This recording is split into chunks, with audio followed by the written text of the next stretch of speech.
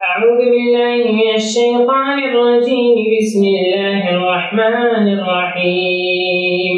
والعاديات ضبحا فالموريات قدحا فالمغيرات صبحا فأثرن به نقعا فوسطن به جمعا إن الإنسان لربه لكنود وإنه على ذلك لشهيد وإنه لحب الخير لشديد أفلا يعلم إذا بعثر ما في القبور وحصل ما في الصدور إن ربهم بهم يومئذ لخبير. صدق اللہ العظیم. گواہ ہیں جو ہانپتے پھنکار مارتے ہوئے دوڑتے ہیں، پھر ٹھوکروں سے چنگاریاں نکالتے ہیں، پھر صبح سویرے دھاگا مارتے ہیں، پھر گرد و غبار اڑاتے دشمن کے لشکر کے درمیان جا گھستے. بلا شبہ انسان اپنے رب کا بڑا ناشکرا ہے اور یقیناً وہ خود اس پر گواہ ہے، اور یقیناً وہ مال کی محبت میں بری طرح مبتلا ہے، بری طرح پڑا ہوا ہے.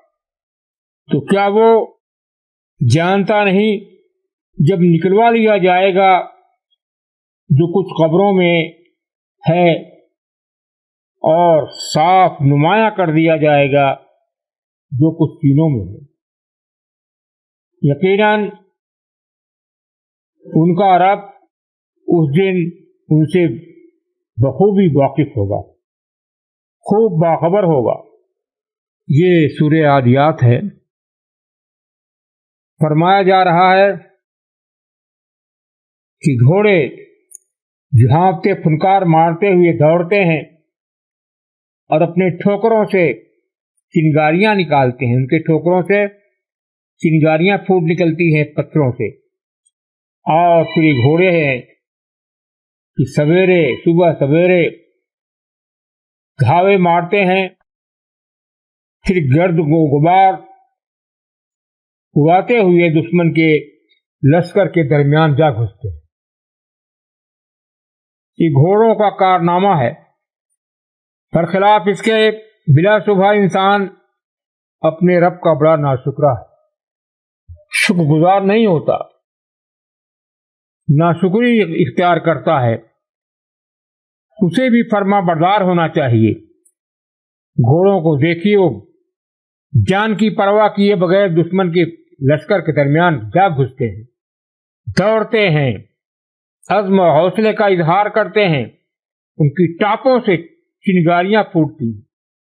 انسان کاہل، کسلمند، سست، ناشکرا ہے خدا، تیزی نہیں دکھاتا، اور اس کا عمل، اس کا کردار، اس کا رویہ، اس کا طرز عمل خود اس پر گواہ ہے. جو رب کا ناشکرا ہے اس کی ساری دلچسپی مال کی محبت سے ہے، مال کی محبت میں مبتلا ہے بڑی بری طرح. یہی اس کی زندگی ہے، یہی اس کی آرزو ہے، یہی اس کی تمنا ہے، مال. تو کیا اسے معلوم نہیں، کیا وہ اس سے بے خبر ہے کہ قبروں میں جو ہے وہ نکلوا لیا جائے گا. مردے خاک کے نیچے پڑے نہیں رہیں گے، ہمیشہ باہر آئیں گے، میدان میں آئیں گے. اور یہی نہیں کہ جو زمین میں چھپ گئے ہیں مٹی میں، خاک میں، تو سامنے ہوں گے، بلکہ سینوں میں جو کچھ ہے، دلوں میں جو کچھ ہے، وہ صاف نمایاں کر دیا جائے. اصل میں وہی ہے جو سینوں میں ہوتا ہے، دلوں میں ہوتا ہے.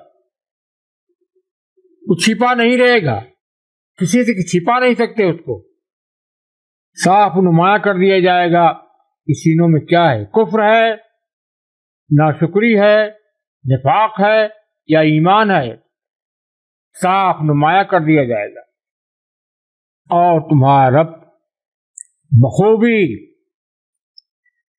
اس دن سے جب یہ ہوگا بخوبی واقف ہوگا، بے خبر نہیں رہ سکتا۔ اور یہ سب کچھ اسی لیے ہوگا کہ آدمی کے پاس جو اصل سرمایہ ہے ایمان کا یا نفاق اور کفر بھرا ہوا ہے اس کے سینے میں، وہ سامنے آ جائے اور وہ اپنے انجام نیک یا انجام بد سے دو چار ہو۔ تو آخر دعوانا الحمدللہ رب العالمین۔